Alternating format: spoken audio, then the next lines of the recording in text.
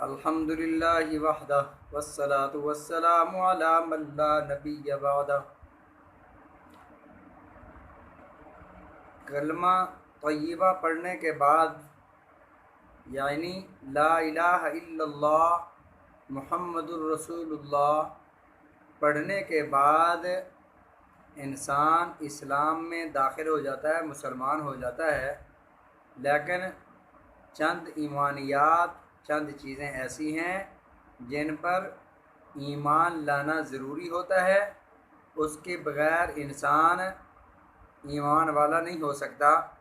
وہ یہ ہیں، سب سے پہلے اللہ رب العزت پر ایمان لانا کہ اللہ اپنی ذات اور صفات میں یکتا ہے، اللہ جیسا کوئی نہیں، نہ اللہ کی ذات کی طرح کوئی ہے، نہ اللہ کی صفات کی طرح کوئی ہے۔ لیس کمثلہ شیء، اللہ کی ذات اور صفات میں کوئی اللہ جیسا نہیں ہے۔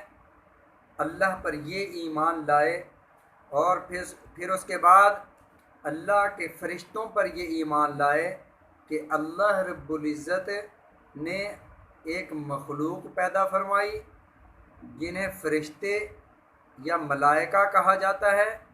اللہ رب العزت نے یہ مخلوق پیدا فرمائی، لا یعصون اللہ ما امرہم ویفعلون ما یؤمرون۔ ان کی شان یہ ہے کہ یہ اللہ کی ذرہ برابر بھی نافرمانی نہیں کرتے، جو اللہ چاہیں، جو اللہ حکم فرمائے، ویفعلون ما یؤمرون، وہ کر گزرتے ہیں جو انہیں حکم ہوتا ہے۔ فرشتوں پر ایمان لانا، کتبہ، اللہ کی بھیجی ہوئی آسمانی کتابوں پر ایمان لانا۔ اللہ رب العزت نے آسمانی کتابیں 4 نازل فرمائیں۔ تورات حضرت موسیٰ علیہ السلام پر نازل ہوئی، انجیل حضرت عیسیٰ علیہ السلام پر نازل ہوئی، زبور حضرت داؤد علیہ السلام پر نازل ہوئی، اور قرآن مجید حضرت محمد صلی اللہ علیہ وسلم پر نازل ہوا۔ تو جو سابقہ آسمانی کتابیں تھیں، تورات، انجیل اور زبور، یہ اپنے اپنے دور میں حق اور سچ تھی، اس پر ایمان لانا۔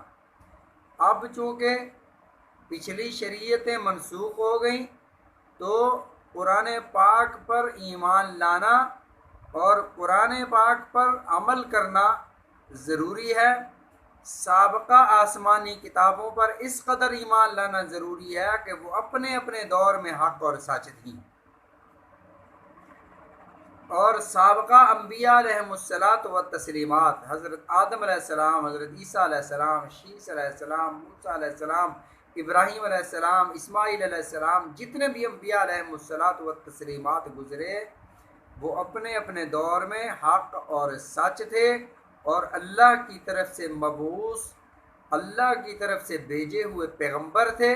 یہ ایمان لانا ضروری ہے، اور قیامت کے دن پر ایمان لانا ضروری ہے کہ ایک نہ ایک دن ہم نے اللہ کے سامنے کھڑے ہونا ہے، اللہ کو اپنے عملوں کا، اپنے کیے کا حساب دینا ہے، اور جو ہم نے اعمال کیے، فَمَن يَعْمَلْ مِثْقَالَ ذَرَّةٍ خَيْرًا يَرَهُ، جو تھوڑا سا بھی عمل کیا وہاں دیکھ لے گا، جو تھوڑا سا بھی عمل کیا اچھا ہے یا برا وہاں پر وہ دیکھ لے گا۔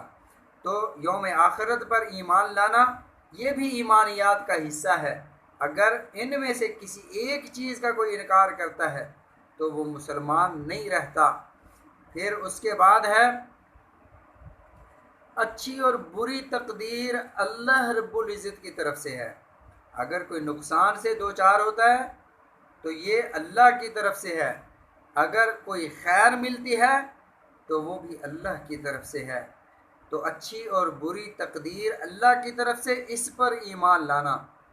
اور 7ویں چیز، مرنے کے بعد اٹھنے پر ایمان لانا۔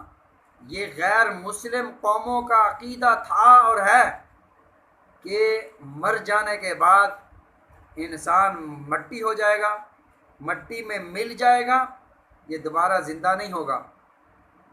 یہ اسلام کا نظریہ نہیں، یہ اسلام کا نظریہ نہیں ہے۔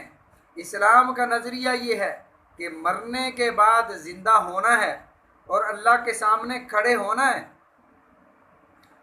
کافروں نے، غیر مسلموں نے نبی علیہ الصلوۃ والسلام کے سامنے یہ اشکال، یہ اعتراض کیا کہ مرنے کے بعد جب انسان مٹی میں مل جاتا ہے، ریزہ ریزہ ہو جاتا ہے، ہڈیاں تک بکھر جاتی ہیں، پھر یہ کیسے زندہ ہوگا؟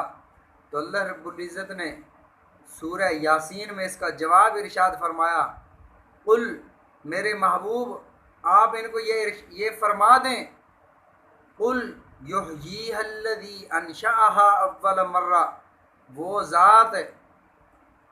ذات ان کو دوبارہ زندہ کرے گی جس ذات نے انہیں پہلی بار بنایا تھا۔ ایک قطرہ آب سے، ایک پانی کے قطرے سے اللہ نے ایک عظیم و شان وجود عطا فرمایا۔ جب پہلے وجود تھا نہیں، وہ وجود اللہ نے پیدا فرمایا، تخلیق فرمایا۔ اب تو وہ اس کے ذرات موجود ہیں، اس کی ہڈیاں موجود ہیں، اس کی یہ چیزیں موجود ہیں، تو ان کو جوڑنا کون سا مشکل ہے؟ تو اللہ نے فرمایا، قل، محبوب فرما دیں، اے میرے محبوب صلی اللہ علیہ وسلم فرما دیں، یحییھا الذی انشأھا اول مرہ، جس ذات نے پہلی بار انہیں پیدا فرمایا تھا، وہی ذات انہیں دوبارہ زندہ کرے گی۔ تو اسلام کا نظریہ اور عقیدہ یہ ہے کہ مرنے کے بعد اٹھنا ہے، دوبارہ اللہ کے سامنے کھڑے ہونا ہے۔ اللہ رب العزت ہم سب کو ان ایمانیات پر عمل کرنے کی، اس عقیدے کو اپنانے کی، سمجھنے کی توفیق عطا فرمائے۔ ہم کلمہ طیبہ تو پڑھ لیتے ہیں، لیکن ہمیں ان کا پتہ نہیں ہوتا کہ اور کون سی چیزیں ہیں جن پر ایمان لانا ضروری ہے۔ اللہ رب العزت ہم سب کو سمجھنے کی توفیق عطا فرمائیں۔ اللہ رب العزت ہمارا حامی و ناصر ہو۔ والسلام علیکم ورحمۃ اللہ وبرکاتہ۔